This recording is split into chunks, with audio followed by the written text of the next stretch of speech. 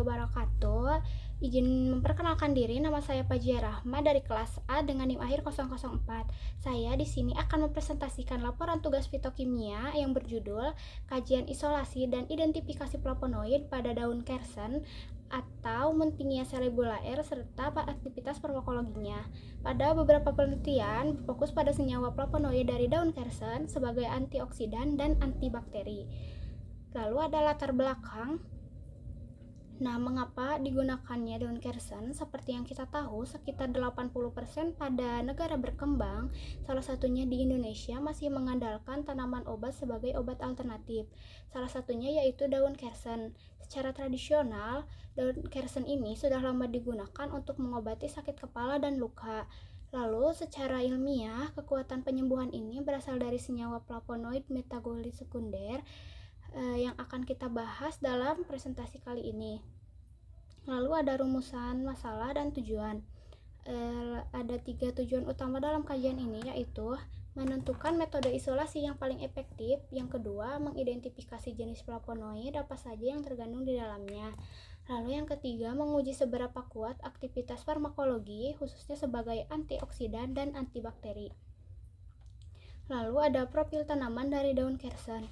Secara botani, kersen atau Muntingia cellulaire termasuk familia Eleocarpaceae.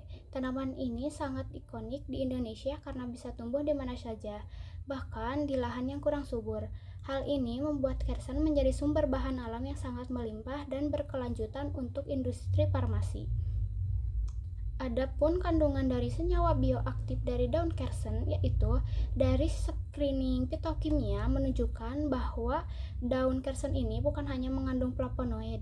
Di dalamnya juga terdapat senyawa fenol, alkaloid, analgetik, dan saponin yang berfungsi sebagai sabun alami atau antibakteri.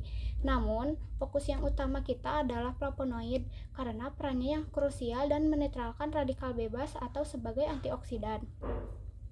Lalu ada potensi aktivitas farmakologi. Berdasarkan beberapa literatur, daun kersen ini memiliki spektrum pengobatan yang sangat luas. Selain sebagai antioksidan, ia memiliki efek antidiabetes melalui penghambatan enzim alfa-glukooksidase, efek hepatoproteik untuk melindungi hati, serta efek antiinflamasi untuk melindungi peradangan. Lalu ada efektivitas dari antioksidan atau DPPH. Masuk ke bagian pembahasan aktivitas. Uji DPPH digunakan untuk mengukur kapasitas antioksidan. Mekanismenya adalah flavonoid mendonorkan hidrogen untuk menetralkan radikal bebas. Semakin rendah nilai SC50, semakin kuat aktivitas antioksidannya. Lalu daun kersen ini menunjukkan efektivitas yang signifikan dalam melindungi sel dan kerusakan oksidatif. Lalu adapun sebagai aktivitas antibakterinya, untuk uji antibakteri metode yang digunakan adalah difusi agar. Hasil menunjukkan bahwa ekstrak etil asetat memiliki daya yang paling kuat terhadap bakteri patogen seperti Staphylococcus aureus dan E. coli. Ini membuktikan bahwa senyawa flavonoid dalam daun kersen mampu merusak sel dinding sel dari bakteri. Lalu ada metode isolasinya, yaitu dengan menggunakan pemanasan, yaitu soklet. Proses isolasi ini dilakukan dengan metode ekstraksi soklet dengan menggunakan pelarut etanol 96%. Karena sifat etanol 90% ini memiliki sifat yang universal dalam menarik senyawa polar dan nonpolar.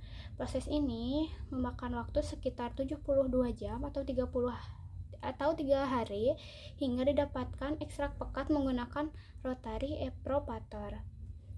Lalu ada identifikasi menggunakan HPLC.